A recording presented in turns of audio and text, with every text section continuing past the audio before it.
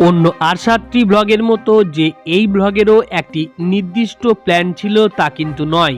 হঠাৎই এই ব্লগ। সোমবার রাত্রের কোনো এক বিশেষ ঘটনার জন্য সোমবার সকালে আমি আমার পার্শ্ববর্তী এক জেঠুর কাছে যাই ও শ্যামচাঁদ ঠাকুর কোথায় আছেন সেই ব্যাপারে পুরো তথ্য নিই। আর তারপরই আমি আর রোহিত স্কুটারে করে বেরিয়ে পড়ি শ্যামচাঁদ ঠাকুরের কাছে পুজো দেবার উদ্দেশ্যে। আর আজকে আমাদের গন্তব্য প্রথমে মিত্রপুর ও তারপরে শ্যামচাঁদ ঠাকুরের গ্রাম মুর্শিদাবাদ জেলার সুতি ২ নম্বর ব্লকের হিলোরা গ্রামে। নমস্কার বন্ধুরা, আমি মানব। আর আজকে আবারও আমরা চলেছি একটা নতুন সন্ধানের পথে। আর আজকেও আছি আমি আর আমার একমাত্র সঙ্গী রোহিত। তো আমরা আজকে যাচ্ছি জাজি গ্রামের উদ্দেশ্যে। আর সেখানে আছে শ্যামচাঁদের মন্দির। তো আমরা সেইখানে যাব এবং সেইখানে যাওয়ার পরে আমরা সেই শ্যামচাঁদ এবং শ্যামচাঁদের যেসব ভাইয়েরা আছে তাদের ব্যাপারে তথ্য নিব এবং পুরো জায়গাটা আপনাদেরকে ঘুরে দেখাবো। এটাই আমার মূল উদ্দেশ্য। তো আসলে আজকে আমার আসার ইন্টেন্সিটি কোনো ছিল না, কিন্তু হঠাৎ করেই কালকে রাত্রিবেলাতে আমি এই ঠাকুরের স্বপ্ন দেখি এবং আমার মনের মধ্যে একটা আশা জাগে কি হয়তো ঠাকুর আমাকে আজকেই হয়তো ডেকেছেন আমাকে এই দেখতে। এবং তারপরে আমি আমাদের গ্রামের যিনি ঠাকুরটাকে আনেন, শ্যামচাঁদকে আনেন প্রত্যেকবারই, তার কাছে আমি গেলাম এবং খোঁজ নিতে বললাম তাকে। তো তারপরেই আমি খোঁজ পাই যে মিত্রপুরে আমার ঠাকুরটা এসেছে, মিত্রপুরেই আছে এবং দূরে যায়নি। প্রত্যেক অগ্রহায়ণ মাসের সংক্রান্তির দিন এরপর থেকেই কিন্তু ঠাকুর মানে বাইরে বেরোতে শুরু করেন, মানে চারদিক ঘুরতে শুরু করেন এবং তারপরে আবার দোল উৎসবে ঠিক কিছুদিন আগেই তিনি আসেন এবং দোল উৎসব সম্পন্ন করার কিছুদিন পরে তিনি আবার বাইরে বেরিয়ে যান। তো গোটা বছরের এই শ্যামচাঁদের ট্রিপ থাকে, তাই আসলে শ্যামচাঁদের দেখা পাওয়া কিন্তু খুব মুশকিলের ব্যাপার। যদি ১১৬৮ বঙ্গাব্দে রামদাস মাহান্ত দাসের সহযোগিতায় শ্যামচাঁদ ঠাকুর স্বপ্নাদেশে মুর্শিদাবাদ জেলার এই হিলোরা গ্রামে তার বসতি স্থাপন করেন। এই শ্যামচাঁদ ঠাকুরেরা ছিলেন ৪ ভাই, সর্বেশ্বর, বলরাম, মদনমোহন ও শ্যামসুন্দর, যারা অরঙ্গবাদের কাছে বাজিতপুর নামক এক গ্রামে থাকতেন। লোকমুখে শোনা যায় শ্যামচাঁদ ঠাকুর তার অন্য ৩ ভাইয়ের থেকে খুবই রাগী ও চঞ্চল স্বভাবের, তাই ভাইদের সঙ্গে তার বনিবনা না হওয়ায় তিনি এই গ্রামে চলে আসেন ও তারপর থেকে তিনি এখানেই বসতি স্থাপন করেন।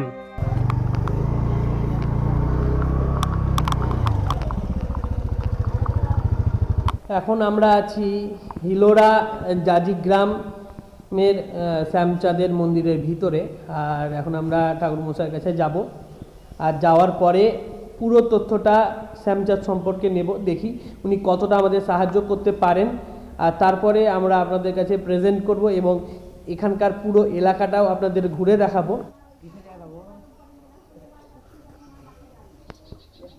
৩ ভাই কখন থাকে? ও 3 ভাই এখানে থাকে না, এখানে 1 ভাই থাকে। 4 ভাইকে একসঙ্গে দেখতে পাবো জ্যৈষ্ঠ মাসের শেষে আছে 28 তারিখ থেকে শুরু। জ্যৈষ্ঠ মাস ওটা কোথায় পাবো? এখানে পাবো আমাদের পাড়ায়। ও পাড়ায় ওখানে আছে জ্যৈষ্ঠ মাসের 28 তারিখ। 28, 29, 30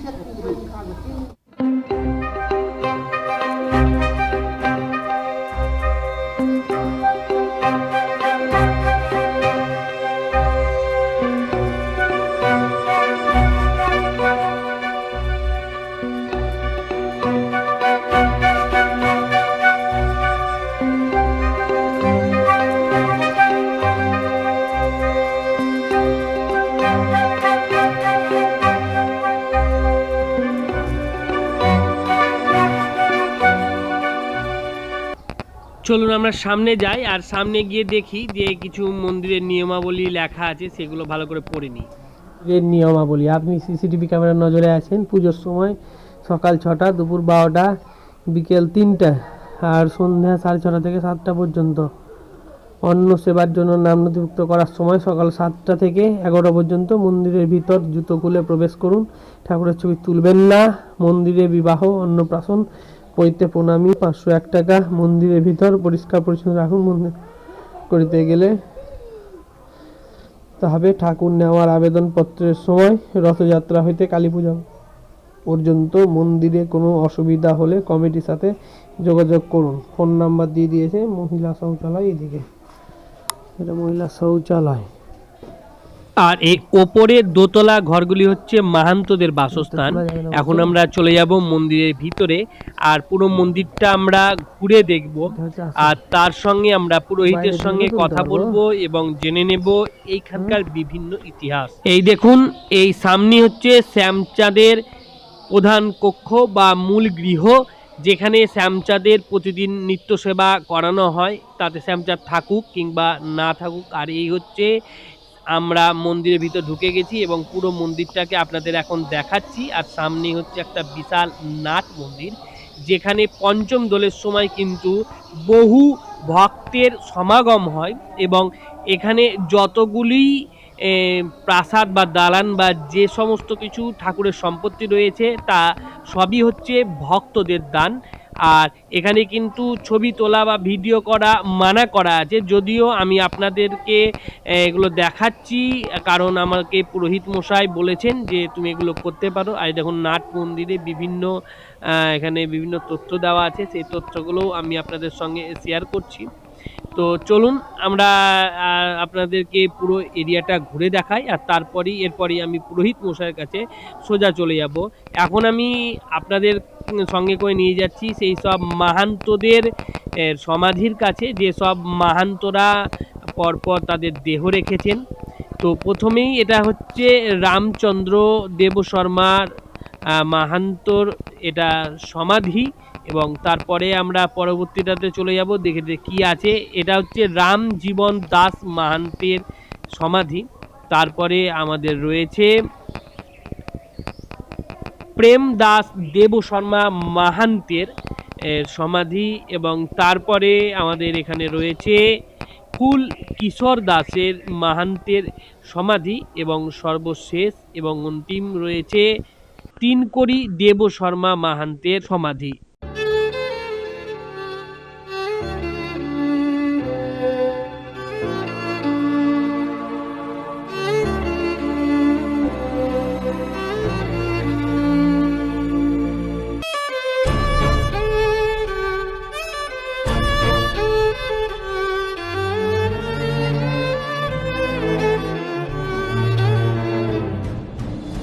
মন্দির ছিল ওই বাজিতপুর, হ্যাঁ, বাজিতপুরে যে মন্দিরটা আছে 3 বাই 3। আইরনের ওই জায়গাটা,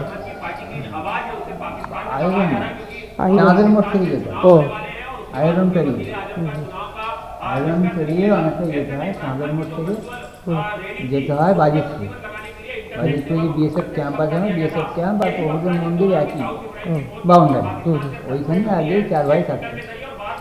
উত্তরপ্রদেশের কোনো মহারাজ এই প্রভুকে ওখান থেকে এখানে নিয়ে আসেন স্বপ্নাদেশ করে, সেই থেকে এখানে আসেন। প্রায় এই মন্দির 350 বছর হয়ে গেল। ওই মন্দিরটা আরও আগে। আর এখানে যে স্টেপ ছিল এগুলো রানী ভবানীর সব দেয়া দাম। এখান থেকে সব একের পর এক চলছে।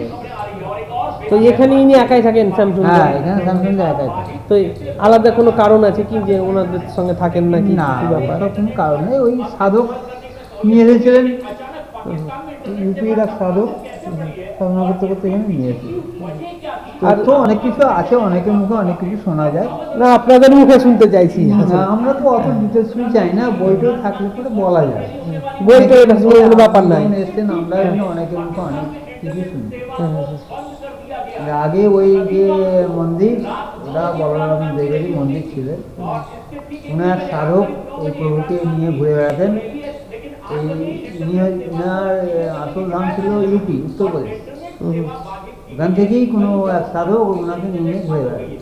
উনি হঠাৎ ওখানে দেখলেন যে মন্দির খুব ভালো, ওখানে সেবা হিসাবে, তাই উনি ওখানে প্রভুকে রেখে চলে এসেছিলেন। গিয়ে ঘুরতে ঘুরতে প্রায় 1 বছর 2 বছর পর আবার ওখানে গেছেন। এই মৃত্যু অবস্থায় ওনার যে কীর্তিকলাপ ওখানে যিনি সেবা করতেন তিনি সব দেখতে পেয়েছিলেন। দেখতে পাওয়ার পরে ওনার রূপ একটা মূর্তি তৈরি করেছিলেন, যেটা বলা হয় সর্বেশ্বর, যেখানে ওখানে যেটা আছে আর কি। হ্যাঁ, ওই সর্বেশ্বরকে ওনাকে দেখায়, এনাকে লুকিয়ে রাখে। এবার ওই সাধক ধ্যানে বসে জানতে পারেন যে না, সাধক নন, লুকিয়ে রেখেছে, নতুন তৈরি করেছে।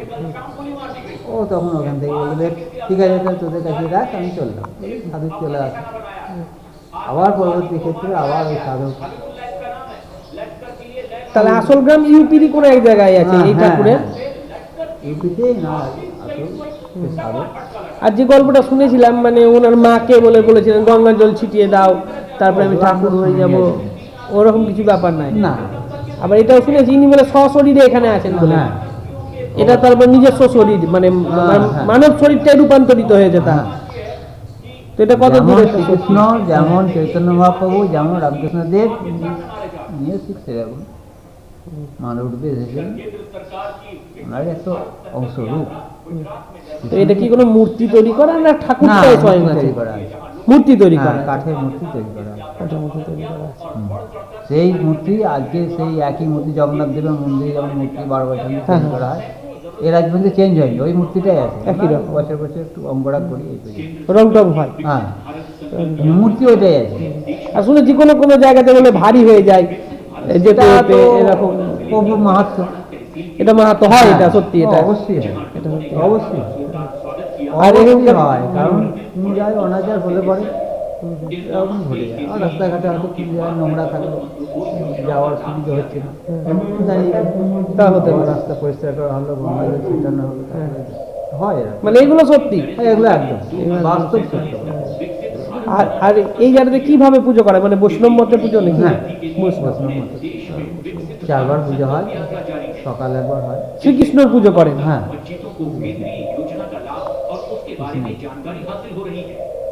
এই জায়গাটা তাহলে 300-400 বছরের পুরাতন। হ্যাঁ, এই প্রায় জায়গা 400 বছর কাছাতে চললো। কিন্তু যে আরো ভাইগুলো আছে মানে আসল যেখানে সেখানে তো অনেক আরো আরো পুরনো। আর কোনো বই টই কিছু এখানকার বই তো নাই তো, ওই জন্য গ্রামগঞ্জের ব্যাপার। আর এটাও কেউ আলাদা গ্রামগঞ্জে, ওটাও গ্রামগঞ্জের ব্যাপার। কেউ আলাদা করে কোনো মহান্ত তৈরি করে দিয়ে যাননি? কোনো বই টই তৈরি করে যাবে, এটাই খুব মস্ত তৈরি করে যেতেন।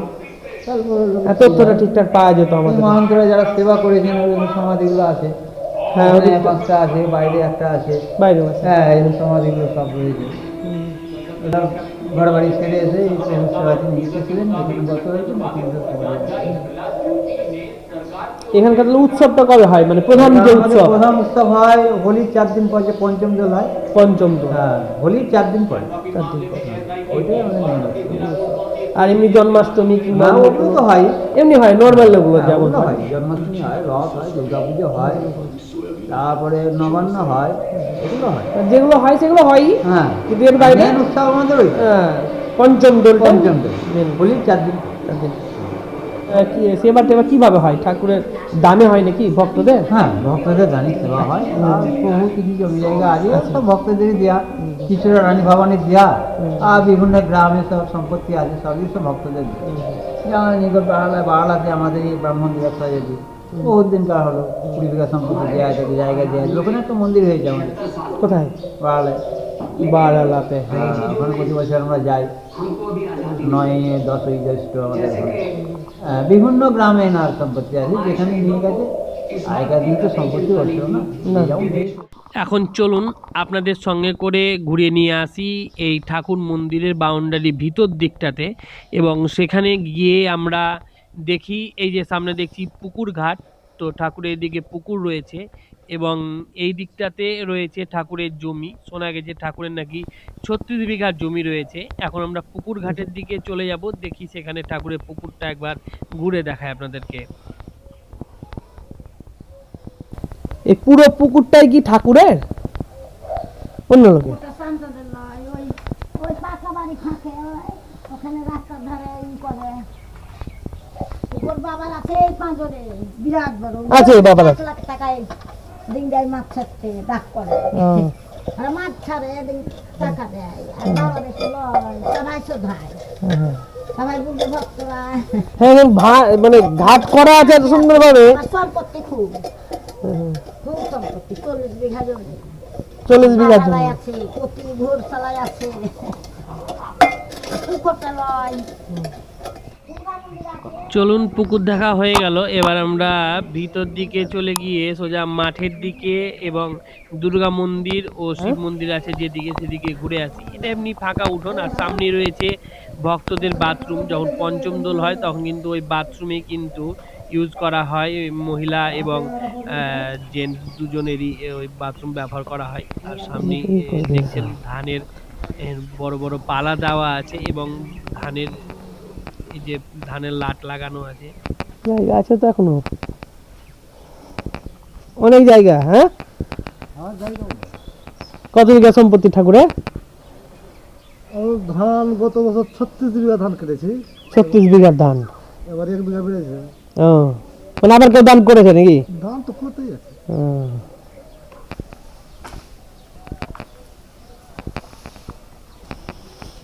এই জায়গাটা কি? এই জায়গাটা হ্যাঁ, ও এটা আগের দুর্গা মন্দির ছিল, আর পাল্টে ওইদিকে করা হয়েছে। এটা শিব মন্দির সামনেরটা। আর এটা কি রথ? হ্যাঁ। তো আপনারা শুনলেন যে ঠাকুরের 36 বিঘার ওপরে সম্পত্তি আছে এবং এই যে এটা হচ্ছে ঠাকুরের রথ, যেটা প্রত্যেক বছর রথযাত্রার উপলক্ষে হিলোরা এবং জাজি গ্রামে ঘোরে। এটাতেই করেই ঠাকুরকে ঘোরানো হয়। এটা হচ্ছে সেই উঠোন, যদি আপনারা পঞ্চম দোলে কেউ এসে থাকেন তাহলে দেখতে পাবেন যে এখানে নরনারায়ণ সেবা করানো হয়। তো যেখানে নরনারায়ণ সেবা করানো হয় এবং মেলা বসে, সেটি হলো এই দুর্গা মন্দির, নতুন দুর্গা মন্দিরের সামনেই।